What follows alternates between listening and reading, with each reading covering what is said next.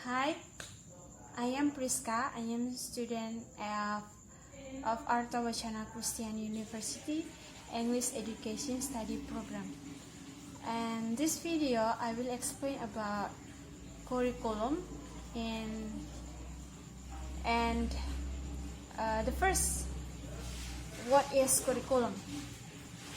Okay, jadi according by Kelly, curriculum is negatively viewed as a syllabus may limit the planning of teachers to a consideration of the content or the body of knowledge they wish to transmit or a list of the subject to be taught or taught.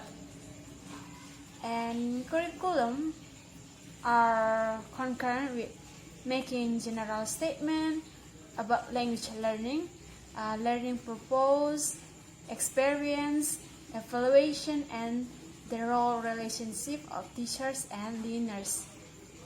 So, kurikulum itu lebih dari sekedar silabus atau jadwal pembelajaran. Kurikulum itu sendiri mencakup semua kesempatan belajar baik formal maupun informal. Kurikulum itu adalah perangkat mata pelajaran dan program pendidikan yang diberikan oleh suatu lembaga penyelenggara pendidikan.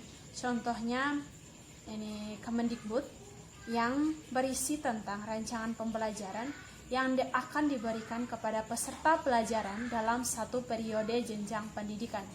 Jadi pengembangan kurikulum itu mencakup tentang perencanaan global. Kalau instructional design itu perencanaannya terperinci. Oke, jadi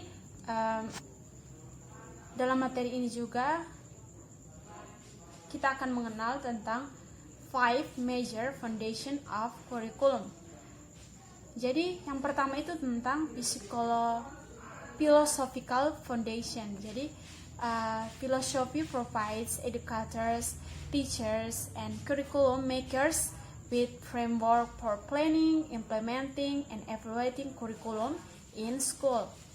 And it helps in answering what school are for, what subject are important, how students should learn, and what materials and methods should be used.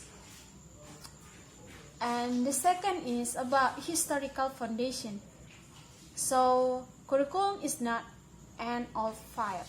Majority of scholars would place its beginning in 1918 with the publication of Franklin Bobbitt's book, The Curriculum.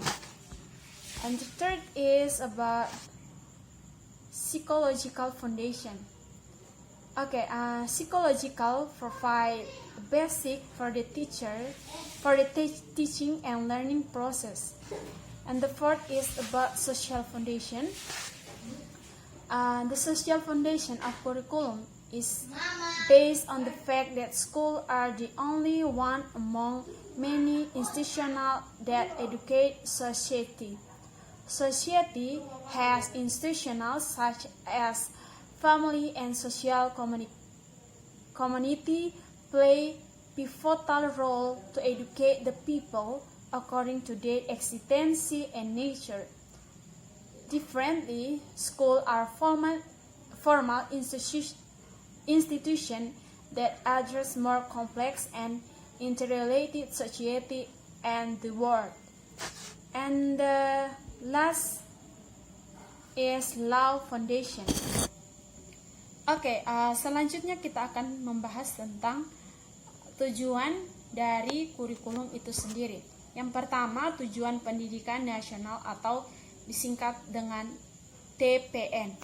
Secara jelas, tujuan pendidikan nasional yang bersumber dari sistem nilai Pancasila dirumuskan dalam Undang-Undang Nomor 20 Tahun 2003, Pasal 3 yang menyatakan bahwa pendidikan nasional berfungsi mengembangkan kemampuan dan membentuk watak serta peradaban bangsa yang bermartabat dalam rangka mencerdaskan kehidupan bangsa, bertujuan untuk mengembangkan potensi peserta didik agar menjadi manusia yang beriman dan bertakwa kepada Tuhan Yang Maha Esa, berakhlak mulia, sehat, berilmu, cakap, kreatif, mandiri, dan menjadi warga negara yang demokratis serta bertanggung jawab. Tujuan kedua itu tentang tujuan institusional atau disingkat dengan IT. Tujuan institusional adalah tujuan yang harus dicapai oleh setiap lembaga pendidikan. Misalnya kampus-kampus atau sekolah dasar, sekolah menengah pertama, menengah atas, ya seperti standar kompetensi pendidikan dasar. Jadi dalam peraturan pemerintah nomor 19 tahun 2005 tentang standar nasional pendidikan, bab 5 pasal 26 yang menjelaskan bahwa standar kompetensi lulusan pada jenjang pendidikan dasar bertujuan untuk meletakkan dasar kecerdasan, pengetahuan, kepribadian, akhlak mulia, serta keterampilan untuk hidup mandiri dan mengikuti pendidikan lebih lanjut ke jenjang yang lebih tinggi, yaitu SMP, SMA, dan ke perguruan tinggi. Tujuan kurikulum yang ketiga itu tentang tujuan kurikuler atau disingkat dengan TK. Tujuan kurikuler adalah tujuan yang harus dicapai oleh setiap bidang studi atau mata pelajaran. Tujuan kurikuler dapat didefinisikan sebagai kualifikasi yang harus dimiliki anak didik setelah mereka menyelesaikan suatu bidang studi tertentu dalam suatu lembaga pendidikan. Jadi tujuan kurikuler pada dasarnya merupakan tujuan untuk mencapai tujuan lembaga pendidikan. Dengan demikian, setiap tujuan kurikuler harus dapat mendukung dan diarahkan untuk mencapai tujuan konstitusional. Yang menjadi tujuan kurikulum yang terakhir yaitu tujuan pembelajaran atau instruksional yang disingkat menjadi TP. Tujuan pembelajaran atau instruksional merupakan tujuan yang paling khusus. Tujuan pembelajarannya adalah kemampuan atau keterampilan yang diharapkan dapat dimiliki oleh siswa setelah mereka melakukan proses yang merupakan syarat mutlak bagi guru. Jadi sekian dari isi video kali ini. Terima kasih dan salam sehat.